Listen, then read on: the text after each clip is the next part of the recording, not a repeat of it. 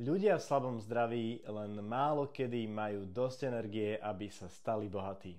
Nie preto, že by neboli múdri, nie preto, že by nemali talent, nie preto, že by nemali príležitosti, ale preto, že úspech nie je len o vedomostiach, je o energii. Bohatstvo je maratón, nie šprint. A na maratón potrebuješ staminu. Fyzickú energiu, mentálnu kapacitu, emočnú odolnosť a dlhodobú disciplínu. Chudobné zdravie rovná sa slabá energia. Slabá energia sú slabé rozhodnutia. Slabé rozhodnutia sú slabé výsledky. Nie je to IQ, ktoré ťa zastaví. Je to únava. Keď si unavený, život sa zmení na prežitie. Hlavne nejako vydržím tento deň. Len nech už je piatok. Nemám silu riešiť zmeny. Neskôr, keď bude energia. A toto je pasca. Bez energie človek nechce nový život. Bez energie chce len úľavu.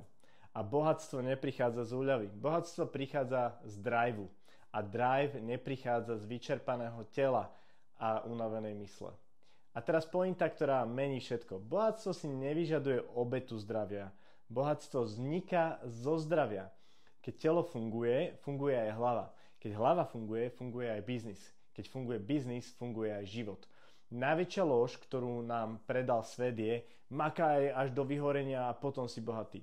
Skutočná rovnica je takto. Najprv zdravie, potom výkon, potom výsledky, potom bohatstvo.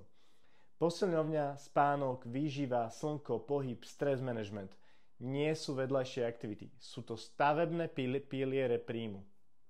A teraz najdôležitejšia otázka. Žiješ tak, aby ti telo slúžilo, alebo tak, aby si ho pomaly zničil?